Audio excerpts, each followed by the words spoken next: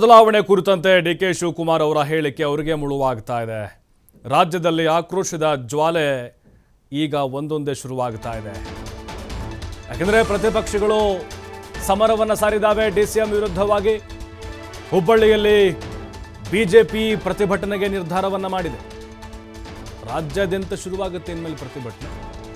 DK Shivakumar ಅವರ ಸಂವಿಧಾನ ಬದಲಾವಣೆ ಹೇಳಿಕೆ ವಿಚಾರವಾಗಿ ಪ್ರತಿಭಟನೆಯಲ್ಲಿ ಸ್ಥಳೀಯ ಬಿಜೆಪಿ ಶಾಸಕರು ಸೇರಿ ಹಲವರು ಭಾಗಿಯಾಗಲಿದ್ದಾರೆ.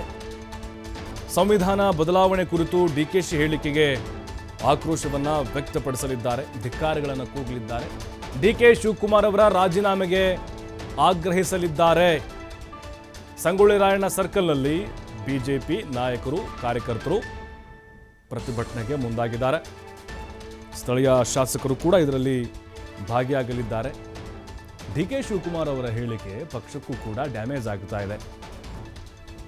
ಯಾಕಂತ ಹೇಳಿದ್ರೆ ಈಗ ಹನಿ ಟ್ರ್ಯಾಪ್ ಆಯಿತು, ಫೋನ್ ಕದ್ದಾಲಿಕೆದ್ದು, ಫೋನ್ ಟ್ಯಾಪಿಂಗ್ದು, ಈಗ ಮತ್ತೊಂದು ಅಸ್ತ್ರ ಸಿಕ್ಕಂತಾಗಿದೆ ವಿಪಕ್ಷಗಳಿಗೆ. ಇದನ್ನು ದೊಡ್ಡ ಮಟ್ಟದಲ್ಲಿ ತೆಗೆದುಕೊಂಡು ಹೋಗಲಿಕ್ಕೆ ಬಿಜೆಪಿ ನಾಯಕರು ನಿರ್ಧಾರವನ್ನು ಮಾಡಿದ್ದಾರೆ. ಕೇವಲ ಹುಬ್ಬಳ್ಳಿ ಅಷ್ಟೇ ಅಲ್ಲ, ಬೇರೆ ಬೇರೆ ಜಿಲ್ಲೆಗಳಲ್ಲೂ ಕೂಡ ಇವತ್ತು ಪ್ರತಿಭಟನೆ ನಡೆಯೋದಿದೆ. ಬೇರೆ ಬೇರೆ ರಾಜ್ಯಗಳಲ್ಲೂ ಕೂಡ ಪ್ರೊಟೆಸ್ಟ್ ನಡೆಯುತ್ತೆ. ರಾಜ್ಯಸಭೆಯಲ್ಲಿನೇ ಡಿಕೆ ಶಿವಕುಮಾರ್ ಅವರ ರಾಜೀನಾಮೆಗೆ ಕೇಂದ್ರ ಬಿಜೆಪಿ ಸಚಿವರು ಒತ್ತಾಯವನ್ನು ಮಾಡಿದ್ರು.